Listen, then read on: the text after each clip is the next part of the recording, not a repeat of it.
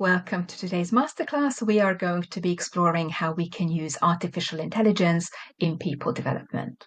My name is Eszter Molnar Mills, and in a moment by video, we're going to be joined by Lisa Ann Edwards of Excelia. Whether you're here in order to think about your own development, whether you're considering your immediate circle, so your individual coaching clients or your team members if you're a line manager, or whether you're thinking about the organizational approach, you're in the right place. We'll give you a few tools and techniques, and particularly a really useful framework so that you can devise your own ethical framework for using AI in people development. Our exploration of this, though, comes from a position of wanting to move forward, wanting to implement. Here at Formium Development, we have a prime future model where the I stands for implementation. Implementation in a flexible, agile way. And the image that springs to mind for me is that of the surfers. This picture was taken on the south coast of England. And these surfers are at the right beach, in the right weather from their perspective. They've been training both in the gym and in the water. They've got their board, they've swum out to sea, and they are now scanning the water for the next wave that they're going to be jumping on. In short, they have the knowledge, skills, and equipment, but most importantly, they've taken some action that help them get a better understanding of what they need to do next to create an opportunity, in this case, for a great surfing session.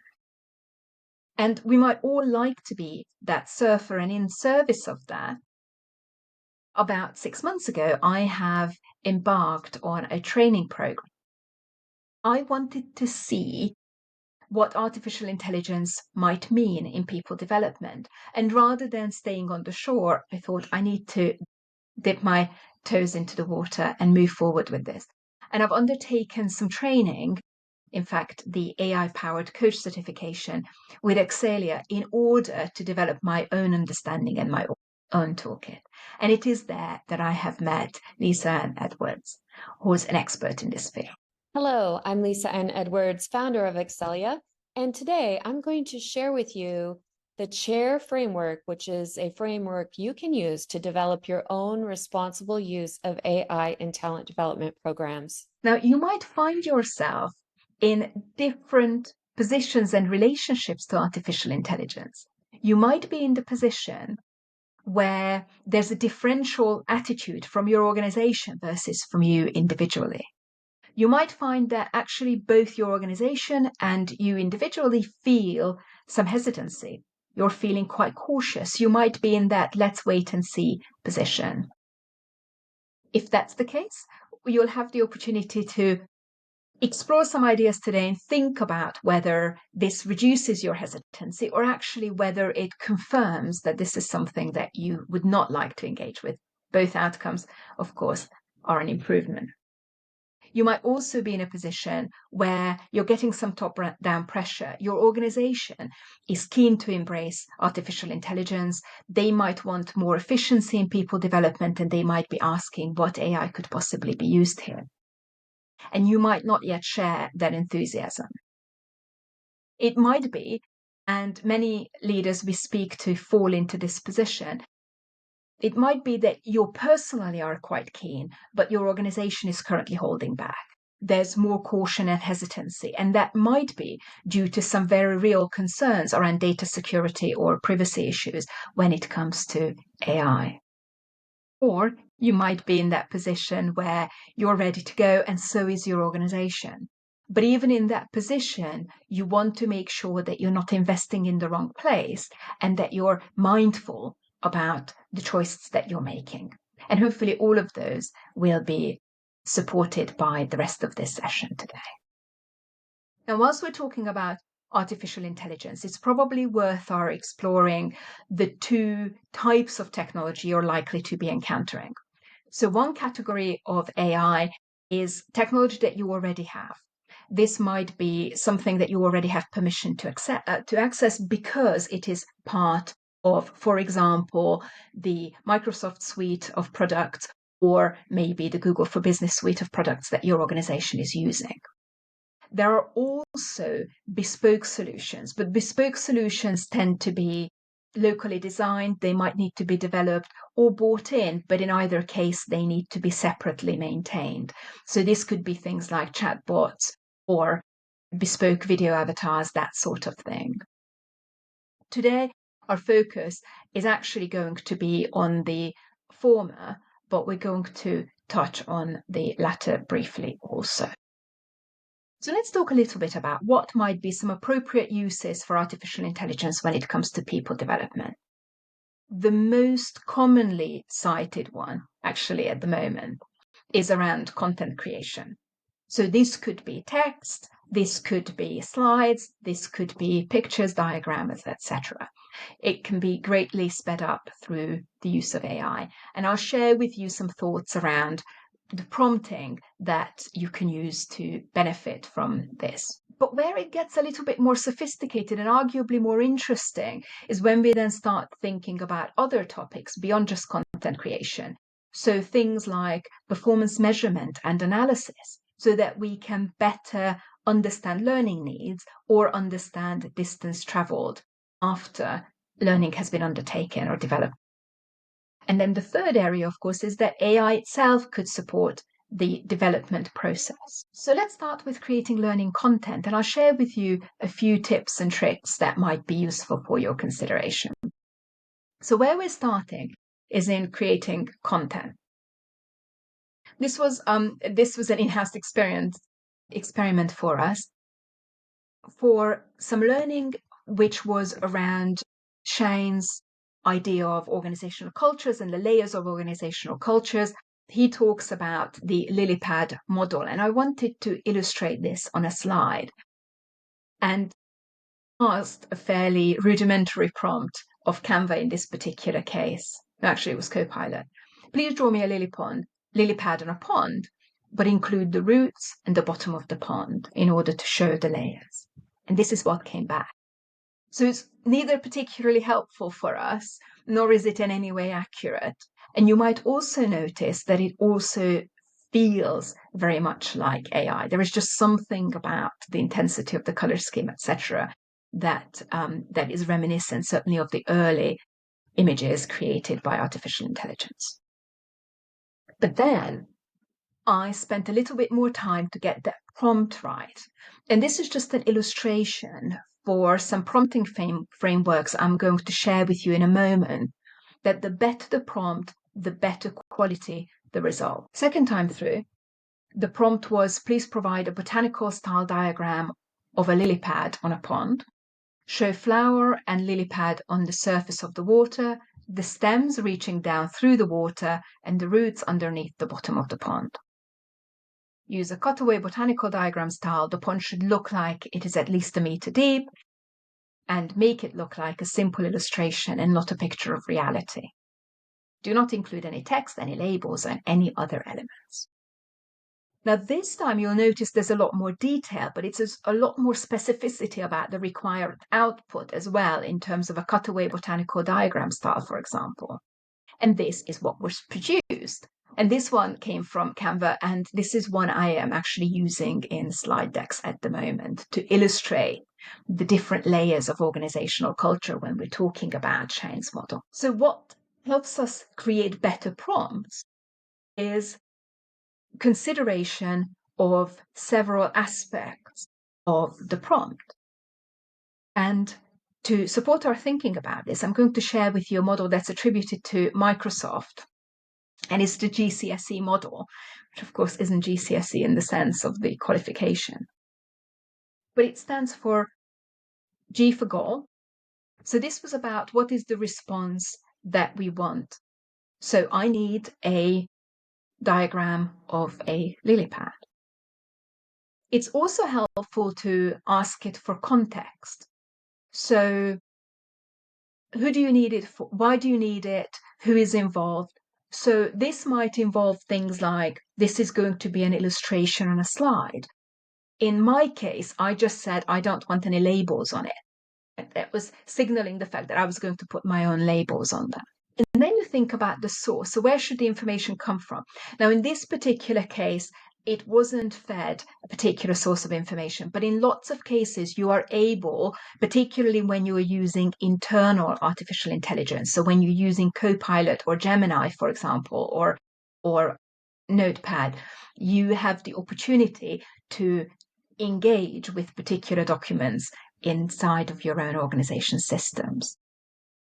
And what should the output be like, right? So when I'm talking about it being a botanical cutaway, that's setting expectations. But it could also be, give me a spreadsheet, or it could be, give me a table, so we can have opportunities around what the expectations are. Goal, context, source, expectations. In my practice, however, for even better prompts, I tend to start with identity. I tend to set out for the model, for the AI tool, what role it is playing. So that might involve saying things like you're a research assistant, or you're an instructional designer, or you're an expert in culture. So this is what that might look like. You are a learning and development professional who understands Bloom's taxonomy. Please summarize Bloom's taxonomy for me. You'll notice that in the previous setting, there was a prompt for a source. In this particular case, I'm not pointing the tool at an internal document, but I am asking it to remind itself almost of a particular model or of a particular tool, because I want it to make reference to that quite readily. And artificial intelligence tools tend to scan the whole of their database, but if you can help them recall a piece of information first, it makes it more effective typically. So asking for a summary of the source first can improve its work. So once it's done that, I would then say, thank you. Now using Bloom's taxonomy, please draft a set of 3 to 5 learning objectives for a workshop which does X, Y, and Z. So we're talking here about the purpose, and you would, of course, set out who the workshop is for or what the topic is. And it can be really good for an initial draft of your thinking of what might be some topics that you want to cover. But another and arguably more sophisticated use of just the chat, of the GPTs rather, is to ask it what's missing. So you can provide it with a piece of information. You could give it your outline, and it might be able to tell you whether there is a particular topic area that's currently missing, and then you would use your own professional judgment as to whether that's worth including or not. So a prompt here would be, please review this program outline for a talent program for high potential staff. The aim is that participants are committed to the organization and its purpose and are able to consistently demonstrate positive leadership behaviors and deliver high performance. Please tell me what's missing from the program outline. For any new concepts, provide references. So it's useful to see whether there might have been something in the literature that I've missed that was published recently, or whether there was an angle that maybe I hadn't considered. This would actually be greatly strengthened by providing it with definition of high performance. So if we specify that by uploading a competency framework, or by giving it an idea of what high performance in the organizational context looks like, it is likely to be even more effective. A word of significant caution, though, don't ever share your organization's documentation with open access GPTs. So don't upload your organization's competency model to ChatGPT, for example. Where it gets more interesting, though, is around performance measurement and analysis. And here, artificial intelligence can help us with both collection and analysis. So that might include a whole host of different uses. But here's one that was the result of a conversation that I had with someone on a talent development program. So the person I was speaking to was saying, I've got tons of reflections, I've got copious notes, but I'm not quite sure what to do with it. It's too much to easily make sense of. It's years worth of stuff. So the prompt that we worked on together was summarize my reflection notes, identify the themes of my strengths and development areas, and then prioritize points with clear evidence and focus on feedback I received. So this is a piece of work to take all of those notes, create a summary, identify clear strengths and development areas. But you'll notice that we can give nuance to all of this by, for example, saying prioritize points with clear evidence rather than things that were maybe a sense of a reflection. And then you can ask it to refer to the list of strengths development areas and the attached person spec for the next role. And you can ask a GPT also to create an 18-month learning path that will help me be ready for that promotion.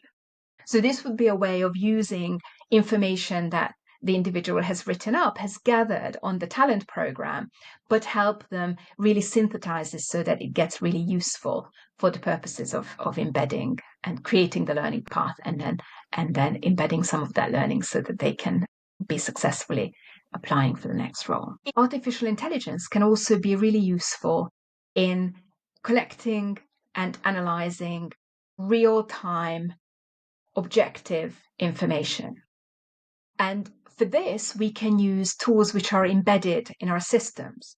So this here is a screen grab of a conversation I had over Teams, and I had the inbuilt team tool called Speaker Coach running in the background. Now, this was just a conversation. It wasn't a presentation or a meeting that I was chairing. We were just having a chat. And so it's showing the nature of that conversation. But what it does is it's giving me the analytics on public speaking. So if I actually wanted to work on my public speaking or the way in which I interacted with others in meetings, I would be able to run this tool in the background and get some objective information. In this particular case, what you're seeing is that in this meeting, I spoke for 11 and a half minutes, which was great because it was over half an hour that we were in that chat. But you will notice that I have 30 instances of filler words, and you can see those with the little flag marks on the speech. 15 of those were ums. And that's probably okay, either because they just happen naturally or because they were actually listening noises. But 15 instances of that was the words kind of.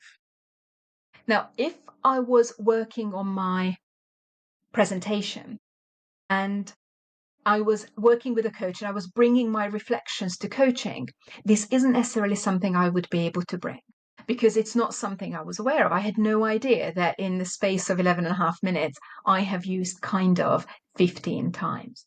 So when you're working with your colleagues, when you're working with a coaching client, tools like Speaker Coach are really useful to surface some insights for the individual that they might not be able to bring otherwise because they might not be aware of it. This is a fairly basic tool. Lisa, in a short while, is going to share with you Excelia's conversation AI tool, which is much, much more sophisticated. But Team Speaker Coach will pull out filler words, repetitive language, pace. So it will actually, in the moment, give you a little notice saying you're speaking too fast, slow down. It also highlights if you're using language or if the coachee is using language that's not inclusive, where the intonation isn't sufficiently varied, or where there's too much monologue. So if you're working with a leader in a coaching relationship who would like their meetings to work better with their team, this information might highlight that they're actually speaking too much without asking questions or without leaving space for other people to talk, which might then give you something to work with in a coaching or a training setting. So we can use artificial intelligence to give us objective reporting.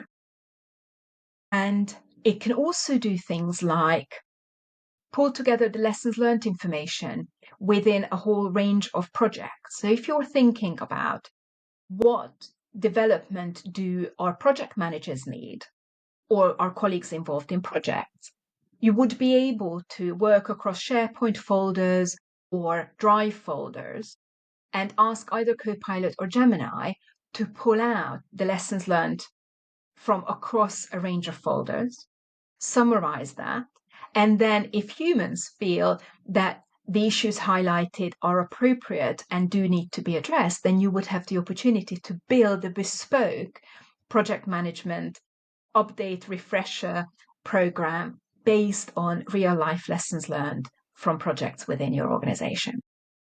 So both of these tools are pulling together information, either capturing it real life or summarizing it for you so that you can build learning on the back of it. And of course, you could then go back in the case of the speaker coach, for example, a few months later and see whether you're getting better results. In between the two, of course, we want to make sure that we undertake the development. And there's a couple of things that AI can support us with here. One might be through reflection. So you could have a conversation with your LLM around reflection. This might be, please guide me through a reflection using the Gibbs reflective cycle. At each stage, please tailor the questions to the content I have submitted. So it can help you reflect appropriately and meaningfully and be a bit of a partner in that, even though it's of course not human. So it's just using a combination of the model and your responses to tailor its next line of text. Equally, it could be something like, please see my list of work objectives and provide a personal development plan, including activities and resources.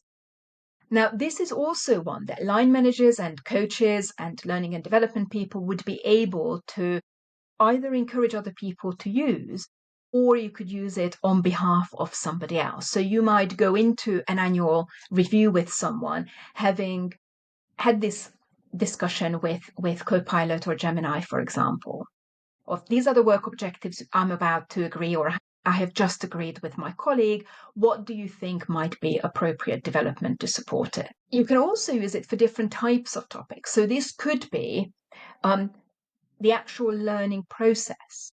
Someone might say, I want to learn by teaching. I want to make sure that I've really integrated this. I really understand how this works. Einstein famously said, of course, that you don't truly understand something until you can explain it to a 6-year-old. So you can set up a little bit of a sparring partnership here. I want to learn by teaching. Ask me questions about my topics so I can practice explaining them to you. Or it could be, make suggestions about this script I wrote for the opening of a difficult conversation. So what you're developing might be, or your coachee or someone who's on your leadership program might be developing confidence in difficult conversations. And they might have written a script and they want to test that script. So a bit of a review can be quite helpful there.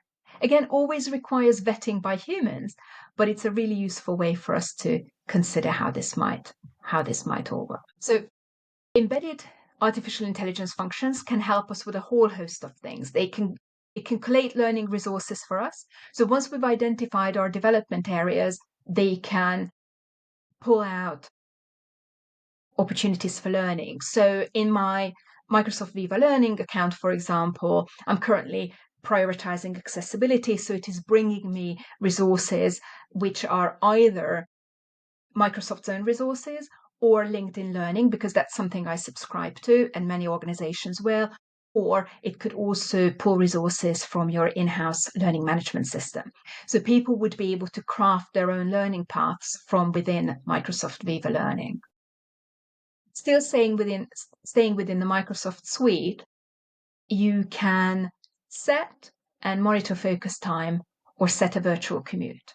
So if you're working with a colleague or with a coachee on prioritizing their more strategic work, making sure that they have time for that, or if you are working with someone on their work-life balance, they can set some parameters within Viva Insights and then also monitor those from within Viva Insights. As we've already touched on, you can get feedback and analytics on things like public speaking and meeting performance from MS Speaker Coach, and it can also be used for content analysis, like analyzing folders on your organization's systems in order to help you learn.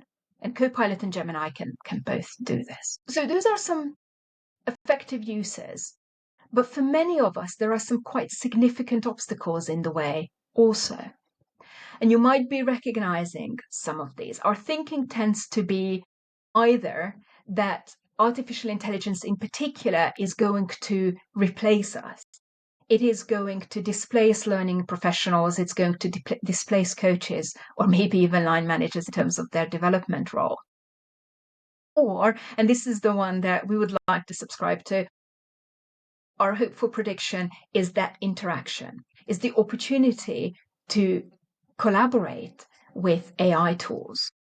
And the quote here is that generative AI will play a role in 70% of text and data heavy tasks by 2025. So when you're thinking about instructional design, an element of that, of course, falls into this. And it was less than 10% in 2023. So it is certainly something that can be embedded in all of our work, but not without human oversight. But the obstacles are real, and there are a whole host of very appropriate concerns that people have. These might fall into the category of ethics, privacy, meeting individual needs or not, and of course the assumptions that many of these tools are trained on. But also technology, cybersecurity and IT approval are all really significant concerns for us, as are concerns around knowledge, understanding how and when to use AI and the confidence to use it, to know that it's going to be of benefit rather than harm. We might not feel that we're ready with our internal procedures, and we might, of course, feel change resistance. So in a moment, you're going to hear from Lisa Ann Edwards, and she's the founder of Excelia, and they have developed a proprietary model that helps us have a better understanding of how we can create our own personal responsible AI framework so that we can come up with a plan and an approach, a bespoke approach that works for us individually and for our organization, that helps us overcome most of these obstacles. So let's talk about the CHAIR framework. Why CHAIR as the acronym and also metaphor for a responsible use of AI? Well, if you think about it, your role as a talent development leader is to essentially sit with other people to help them achieve their goals and thrive in your organization. And so it's the perfect metaphor for that. But if you also think about it, a perfect chair has a nice, solid frame. That's what we think of as AI and technology, the metaphor for AI and technology. And the perfect chair also has a really nice, soft cushion. And so thinking of those two elements, that makes up the perfect chair, and it's an excellent framework for considering how you use AI with your talent development programs. So let's go through the framework. We're going to start with the first letter, which is the C. And when we're thinking about the first letter, C, we're thinking about clarifying the use of AI. There is no shortage of really fantastic and cool AI tools. But when you're selecting the right tool for your organization, you want to be very specific, not only what is the tool that you're going to use, but why that specific tool. And here's a tip. You want to zoom in on what is the pain point that you're aiming to solve. That is the best way to clarify the use of which AI tool you're going to use. Let me give you an example. I'm going to play this demo and I will narrate it. But this scenario, imagine in this scenario, Rhonda is stressed out. She's overwhelmed under tight deadlines. She needs a higher performing team, greater collaboration, and wants greater work-life balance for herself. Does this sound like anyone you know? In today's world, I think it's fairly unanimous that this is what most people want. Well, so one of the ways to think about clarity of bringing the right tool, and we're going to use the example of Microsoft 365 Copilot.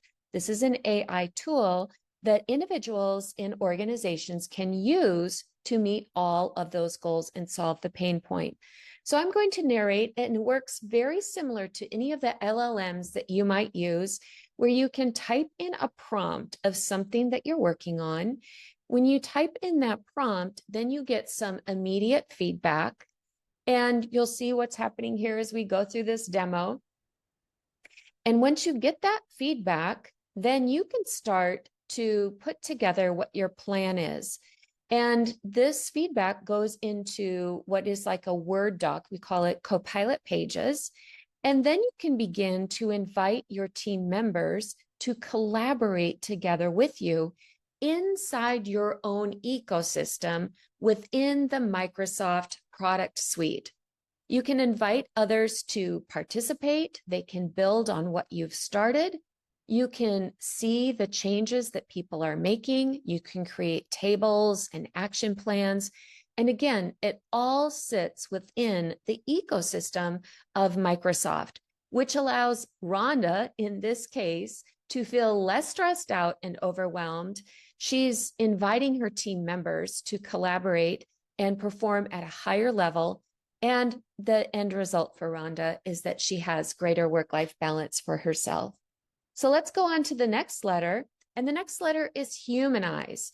And the key to humanizing the use of AI is to know the role of AI and know the role of the human. And here's a tip. Focus on what is unique about each. And so in this example, here's another scenario. And in this scenario, Anshul and his team have a lot of pressure on them to deliver results. He's a technology leader, and the company's success is dependent on Anshul's team. Anshul has gotten feedback from HR that his team isn't happy with his leadership style. He's confused by that because he's not seeing what HR is also seeing. So his solution is that he uses Microsoft Viva to launch a pulse survey with his team. But he doesn't end at Viva. He also engages a personal coach to help support him in not only designing what that survey will look like within Microsoft Viva, but also how to interpret the results. So here's a great example of allowing AI to do what it's best at and allowing the human to do what they're best at. And here's a good example of how both are staying in their own lanes. Let's go on to the next letter, and the next letter is A, and this is about aligning with AI responsibility, your corporate responsibility within your organization. Essentially, you want to know what your organization's stance is on corporate use of AI. You want to know who the people are who make those decisions and understand what is accepted and what the whole process is for introducing AI tools. When you bring an AI-assisted tool to your organization, you want to choose a solution that is vetted, and you want to be prepared for that conversation that you're going to have with your cybersecurity team. Some of the questions that you might ask are listed here on this slide. So every organization typically starts out not with a full implementation of an AI tool, but with a small proof of concept. And so in this case, you want to start off by asking, what requirements do we need for proof of concept? And given that security is a top priority, what data requirements or privacy protocols are required for POC?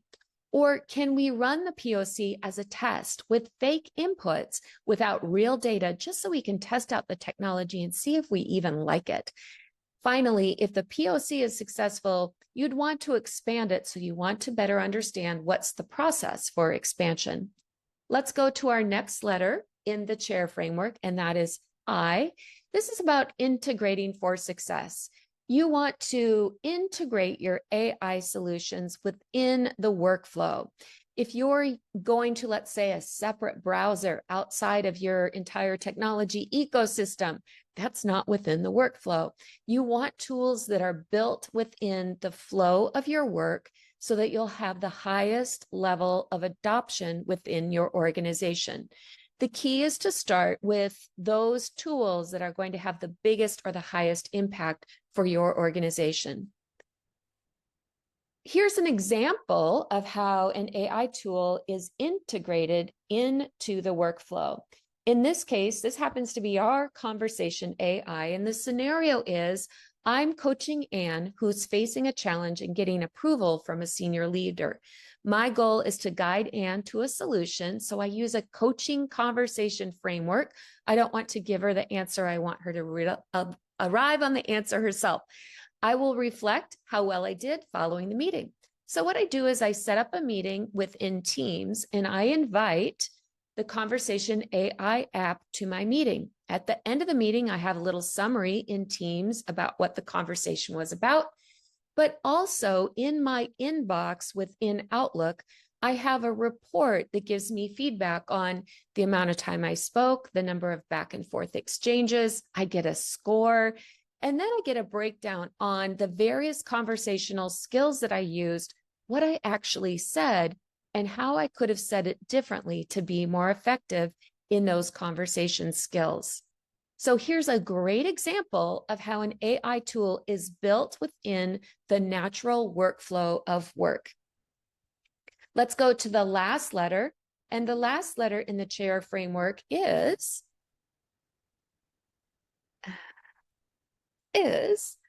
R for results. And we're talking about actually measuring the ROI of the AI tools. There's so many fun and exciting and shiny AI tools. You really want to focus in on the ones that are going to produce ROI for your organization. And so I'm going to share an example. This is a case study of an organization that leveraged our conversation AI, as well as training, as well as human coaching. Their situation was that their community partner team, who was responsible for engaging with partners within the community to secure revenue for the organization, were having a decline in their revenue. The leader of the team believed it was because that frontline staff wasn't listening well enough to the community partners. What we discovered through the conversation AI tool is that they were actually listening really well, but where there was a gap is that they were not building credibility as the obvious go-to community partner. Once the leader understood that, she changed their conversation process. The result of that change allowed them to increase their revenue from those community partners by 188%. We also happened to win a hackathon award for that particular solution. So there you have it. That is the chair framework. If you'd like to learn more, we'd also love to invite you to apply to the AI-powered coach program, where you can learn how to use some of these tools that are embedded within the Microsoft ecosystem to support your employees in developing themselves and getting real results.